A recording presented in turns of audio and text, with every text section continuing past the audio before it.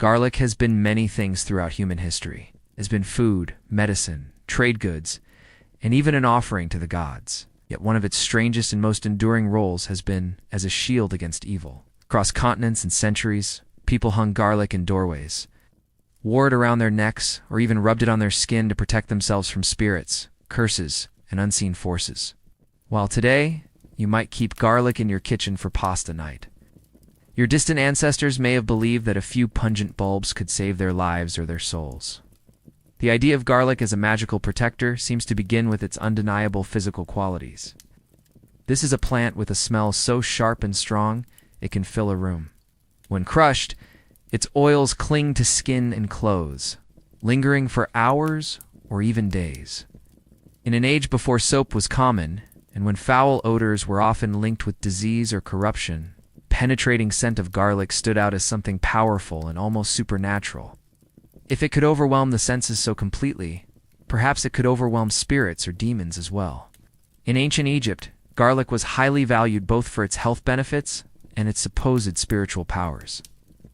Workers building the pyramids were given garlic to keep them strong and healthy. But some sources suggest it was also thought to ward off evil spirits that might cause sickness. Garlic cloves were even found in the tomb of Tutankhamun, possibly placed there to protect him in the afterlife. The connection between garlic and the spirit world was not just symbolic. It was woven into rituals and burial practices that lasted centuries. The Greeks and Romans also embraced garlic's supernatural side. Greek soldiers are said to have eaten garlic before battle, not only for physical endurance but for spiritual protection. Roman soldiers carried it too, believing it would guard them from both human enemies and dark forces. In rural Roman culture, garlic was used in household charms to keep away witches and harmful spirits. It could be planted at the corners of a field to protect crops from being cursed. Even the great physician Hippocrates, who wrote extensively about garlic as medicine, lived in a world where plants were not only for healing the body but for defending the soul. As Christianity spread through Europe, garlic's role as a protector against evil merged with newer beliefs. In medieval times, garlic was sometimes hung in windows or over doorways to keep out wandering spirits and witches. This was not superstition in the minds of those who practiced it, but a practical precaution in a dangerous and mysterious world.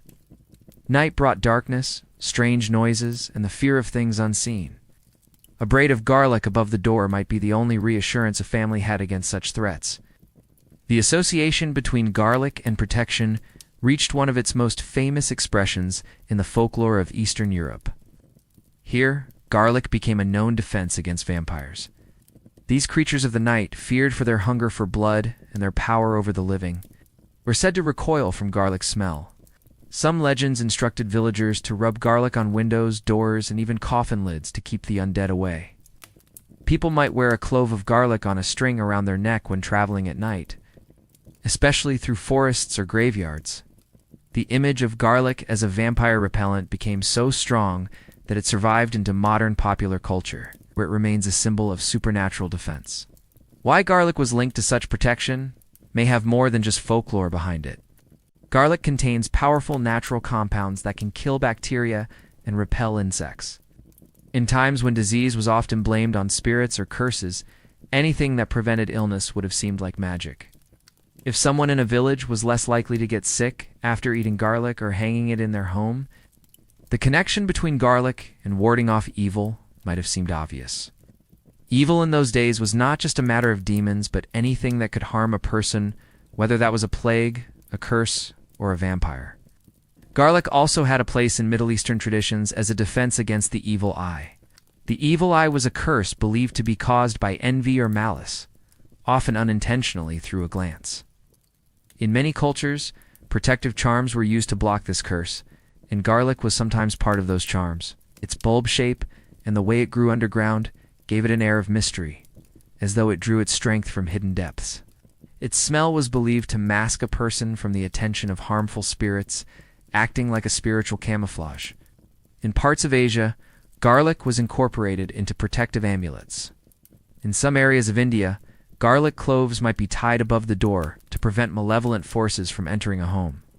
In Chinese folklore, garlic was one of many pungent foods believed to repel ghosts and evil spirits. During certain festivals or rituals, people would burn garlic, along with other strong-smelling herbs, to cleanse the air of bad influences. The burning scent was thought to drive away anything harmful that might linger nearby. The practice of using garlic for protection also blended with seasonal traditions. Harvest festivals, weddings, and New Year celebrations often included symbolic actions to protect participants from bad luck. In some places, garlic was given as a gift to newlyweds or placed in the home of a newborn to keep away evil spirits. Garlic could be hung on animals, especially valuable livestock, to protect them from illness thought to be caused by witchcraft or demons. In medieval medical theory, which was heavily influenced by the ancient Greeks, diseases were often thought to be caused by bad air or miasma. Garlic's smell was believed to purify the air, making it a natural tool for prevention. When plague swept through Europe, some people wore garlic necklaces or carried cloves in their pockets to protect themselves. Whether it worked against the plague or not, the belief in garlic's power persisted and even grew stronger during times of crisis. Garlic's role as a protector was not limited to the physical world. In many traditions, it was also believed to guard against nightmares. People might place garlic under their pillows or near their beds to ensure a peaceful sleep. The reasoning was simple. If evil spirits caused bad dreams, then garlic, which drove away spirits, would also keep dreams safe. For people in a world without electric lights, where night was truly dark and the mind was open to all sorts of fears, such rituals were deeply comforting.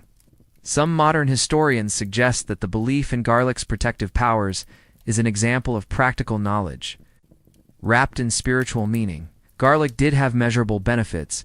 It could keep pests away from food, fight infections, and strengthen the body. People noticed these effects long before science could explain them. In a time when science and magic were not separate categories, it made sense to view garlic as a weapon against both illness and evil.